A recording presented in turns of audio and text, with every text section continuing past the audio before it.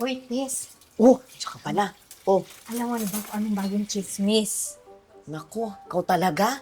Hindi ka talaga nagpapahuli sa chismis osang. Ano yun? Ako pa ba?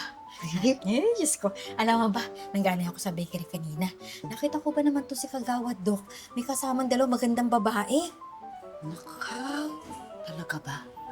Alam mo talaga yung si Kagawan, no? Ang tanda na, hindi pa rin nagpapahuli. Ay, kaya walang tumatagal sa kanyang mga babae. Siguro nga, at puro magaganda pa ang gusto. Ay, naku, alam mo, minsan gusto ko yung bidyuhan. Tapos para ipakita natin sa barangay para hindi na siya manalo sa susunod na eleksyon. Napaka-immoral Gawin niya. Kasi unang-una, alam naman ng buong barangay na talagang babaero yan. Mukhang Kagawad na yan dito. Pero kahit na, immoral yung mga ginagawa niya. Para sa susunod eleksyon, wala nang boboto sa kanya, no? Kakahiya siya. Sa bagay, may point ka dyan, Mari. Mm-mm. May bantayan natin maigi ang Kagawad na yan. Oo nga. Pero teka nga muna. Ikaw ba nung pumunta ka dito ay nakapagluto ka na ng tanghalian nyo? Ha? Aba, oo naman ako pa ba? Oh, buti ka pa. Kaya yung buti pa, umuwi ka na, ako magluluto pa lang. Pagkatapos ko kumain, pupuntahan kita. Tapos investigahan natin yun, ha? Oh, sige na. Bye. Bye. See you later. Okay. Sige. Kaya na naman ang ginagawa ng doktor na. Sam, nakikita mo ba yung nakikita ko?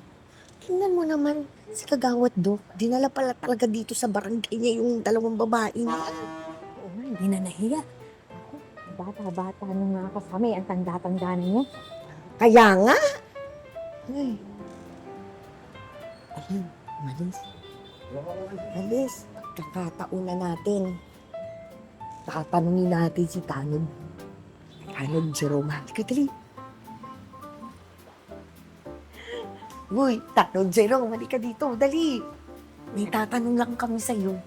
Ano po? Tano, Jerome, si Kagawad Dok ba yung may kasamang dalawang batang babae? Oo, yung batang babae. Ano, dinala po ni Kagawad, pupunta sila sa hotel, mag-check-in daw ho eh. Ay, sus Maria. Sinasabi ko na sa'yo, musang kita mo. Pinakalandakan pa! Talaga siya pa yung nag-check. Ito sa Talaga mga... hindi na nahiya, tanda-tanda na. Eh, bakit niyo ako pala natatanong? Ay, wala naman. Napansin lang kasi namin eh. Ah, Ano kami pansinin? Diba sila? sige po. Eh, balita ko kasi, doon din matutulog si Kagawad eh. Sus, napaka-immoral na talaga ng Kagawad na yan. Wala talagang delikadesa. Oo, isipin mo. Sige, una na ako kasi may asikasuhin pa ako. Sige. Salamat ha. Sige po. Ingat ka. Ingat ka. O ano, naniwala ka na ngayon sa akin. Immoral talaga. Alam mo, kailangan na talaga natin gumawa ng paraan. Ay, oo. Ay, meron ka bang plano? Ay, maganda yan. Sige. Oo. Pero ngayon, umuwi muna tayo ha. Magluto muna tayong dalawa. Tapos, tsaka wala na nga si Kagawad eh. Sa susunod naman ulit. Halika na. Ay, O ano, nagustuhan niyo ba yung pinag-check-inan ko sa inyo kagabi? Of course naman, Popsy. I love the hotel. Especially me, I love the room and the jacuzzi in the bathroom. Thank you, Popsy! Yan ang gusto kong marinig sa inyo. Yung komportable kayo doon sa pagtitirahan ko sa inyo. Popsy, can we go shopping? Kailangan ko na kasing bumili ng bathing suit tsaka sundresses. Kaya nga, Popsy, mag-shopping mo naman kami. Yun lang pala eh. O sige, tara. Baba tayo, punta tayo sa sasakyan ko at isa-shopping ko na kayo. Ano po, Sam? Narinig mo? Siya pa ang nag-check-in tapos ipapag-shopping pa yung mga bata.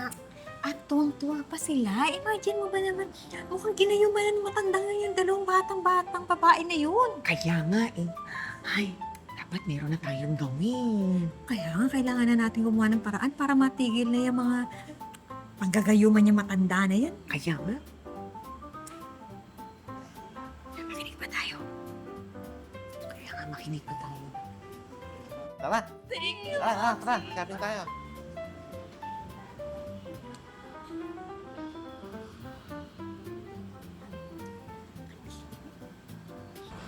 Ay nako, Jerome, alam mo ba, ang saya-saya ko kahapon.